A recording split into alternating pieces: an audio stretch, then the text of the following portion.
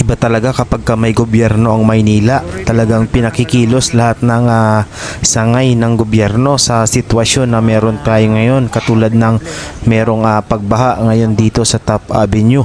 Makikita natin yung visibility ng mga rescue vehicle dito, no, na magsasaklolo sa mga kababayan or sa mga nandito ngayon sa Maynila, sa bahagi na merong napakataas na tubig. Isang mapagpala at maulan na maghapon po sa ating lahat po, mga kababayan ko at mga taga-Batang Maynila. Nawa po ay nasa ligtas tayong kalagayan ngayon, lalong-lalo na po yung mga naapektuhan po ng pagbaha ngayon dito sa Metro Manila.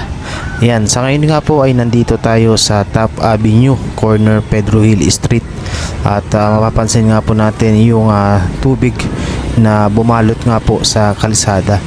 Hindi ganun kataas po yung tubig, no, kumpara nitong mga bagyo na nitong nakaraang taon na mas malala at mas marami po, no, yung ibinuhos na ulan. Pero grabe pa rin po, no, sobrang pahirap pa rin ito sa mga commuters, no, yan, sa mga nagtatrabaho, kahit kanino naman po, no, lalong-lalo na rin dito sa mga may mga sasakyan ay may tendency na masira yung kanilang makina, ano po, lalong-lalo dun sa mga motorista, sa mga naka two wheels. So isang malaking abala po to. Ngayon mga kababayan ko, nasa na kaya yung sinasabi na flood control ng gobyerno ngayon? Sa katunayan, matagal na problema na ito. Hindi lang dito sa Maynila, maging sa buong Pilipinas, sa iba't ibang bahagi ng ating bansang Pilipinas. Ngayon nga, Cebu, Mindanao, lalong-lalo na ngayon din sa Metro Manila, sa QC, sobrang taas ng tubig. Ang kailangan po natin ngayon ay action tungkol nga dito sa flood control na to. Hindi puro na lang press release. Action dapat. Kung talagang may gobyerno at kung talagang may malasakit sila, kailangan nilang gawan to ng paraan. Kaya buti na lang si Yorme, si Mayor Isko, talagang ginagawa lahat po ng paraan maging maayos lang yung sitwasyon ngayon dito sa Maynila. Kung inyong napapansin po, hindi ganun kaitim ay yung tubig po, no. Dahil nga si Yorme pinapalinis yung mga imbornal, yung mga kanal dito sa buong Metro Manila. Nagdideclogging po yung gobyerno ng Maynila ngayon sa ilang taong napabayaan ito at walang ginagawang aksyon yung nakaraang administrasyon. Kaya kahit paano po ay malaking tulong yung pagdideclogging at pagtanggal ng mga nakabarang basura, burak.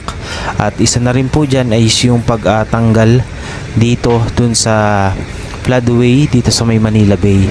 So malaking tulong po yan para kahit paano ay ma-release yung tubig po, no. So kasi dapat ang plano is dadaan niya lahat ng tubig baha sa STP para maging malinis pagdaloy sa Manila Bay. Pero dahil nga maliit yung STP dito sa may Manila Bay, so hindi po kakayanin. So yun. And at the same time, mabilis din pong humupa yung baha ngayon dito sa Maynila. Dahil nga yung sa ginagawang pagdeclogging, pagtatanggal ng mga bara-bara sa mga imbornal, sa mga kanal po, no. So yan ay malaking tulong po. Kaya kahit paano nabuwas-buwasan po, no, hindi ganun kataas, no. Malakas po yung buhos ng ulan, kung tutuusin, magdamag, maghapon ay bumubuhos po ng matindi ang pag-ulan. Pero yun nga, hindi ganun tumataas ng todo, ano, unlike noon before. Dati na experience ko na sobrang taas po ng tubig to the point na talagang halos nasa hita na po, no, hanggang hita na yung level ng tubig. So ngayon ay hindi naman ganun, pero syempre kahit paano is malaking ano pa rin to, dagok sa ating mga kababayan, sa mga commuters, sa mga estudyante, no. Alam ko pinasuspende na po, no, yung klase ngayon. So malaking tulong talaga kung kumikilos yung gobyerno ngayon sa national government. Sana gawan nila ng aksyon yung sinasabi nilang flood control, dahil hindi pa nararamdaman ito ng mga Pilipino. Wala pang pagbabagong ginagawa kayo ngayon dito. Ang kailangan is action, hindi puro press release. Ngayon nandito tayo sa UN Avenue. Medyo mababa po yung tubig dito sa may bahagi ng UN Avenue. Talagang dati sobrang parang ilog po to. konting buhos lang ng ulan talagang ilog agad. Ngayon kahit na medyo magdamag maghapon yung buhos ng ulan, na maintain na mababa pa rin po no yung tubig, which is good yan kasi hindi ganun kahirap no na dumaan yung mga sasakyan at yung mga tao. So as in talagang dati po sobrang taas po niyan at meron ako ang video niyan dati, as in talagang sobrang lala, sobrang lala po. Ngayon ay kahit paano medyo mababa, nakakadaan pa ng maayos yung ibang mga motorista. Ngayon nababalitaan natin sa QC no. So sa may Araneta, sa may kahit nga dito sa may EDSA, sobrang taas din po ng tubig, marami ng stranded, marami ng baha. At talagang kawawa naman yung ating mga kababayan. Lalong-lalo na kapag ganitong mga sitwasyon ay napakahirap po no. Dahil merong trabaho na kailangan pasukan. Ayan. So yun po no mga kababayan, comment down below kayo ano yung inyong comment dito, anong inyong suggestion, anong inyong gustong sabihin patungkol nga sa mga ganito no na matagal ng problema ng ating bansa na hindi masolusyonan. Ayan. Dito tayo sa may PGH na ha. So sobrang ano pa rin. Yun nga lang sabi ko, mababa yung tubig tsaka malinaw po no yung tubig. Tapos ito pa mga bus na to, grabing humarurot. Ayan oh, boom, di ba? So ang tendency yung iba gumigilid talaga kasi nasasabuyan sila ng tubig. So yun lang po ng mga kabayan, shoutout po sa ating lahat na mag-iingat po tayo at medyo talagang pahirapan ngayon dahil nga bumabaha, bumabagyo, umuulan. Lagi po tayo mag-ingat. Thank you po and God bless sa ating lahat.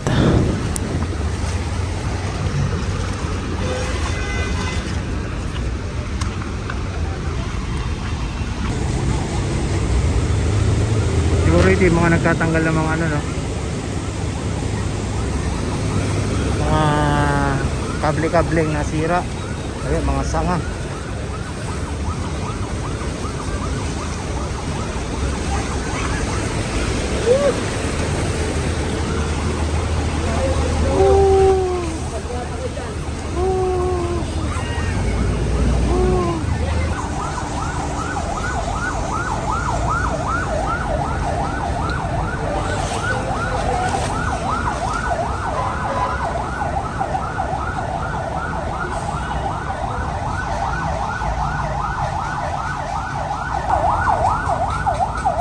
Pang emergency siguro ito. Ano po?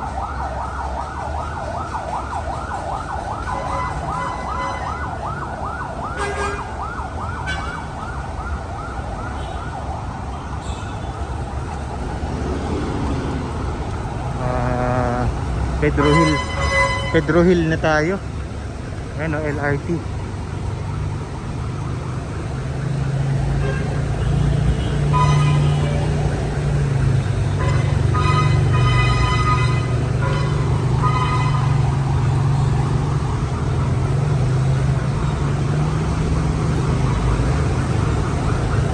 Grabe.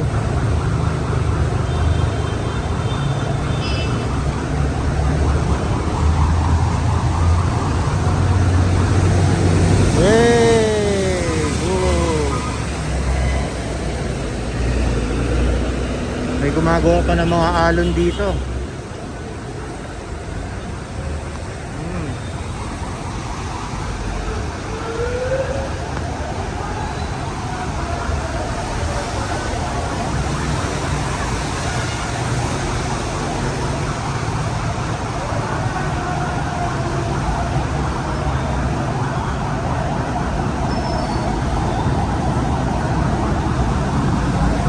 Pedro Hill. Kaya tayo sa malapit sa Pedro Hill. Punta rescue agad yung DEPW ng City of Manila.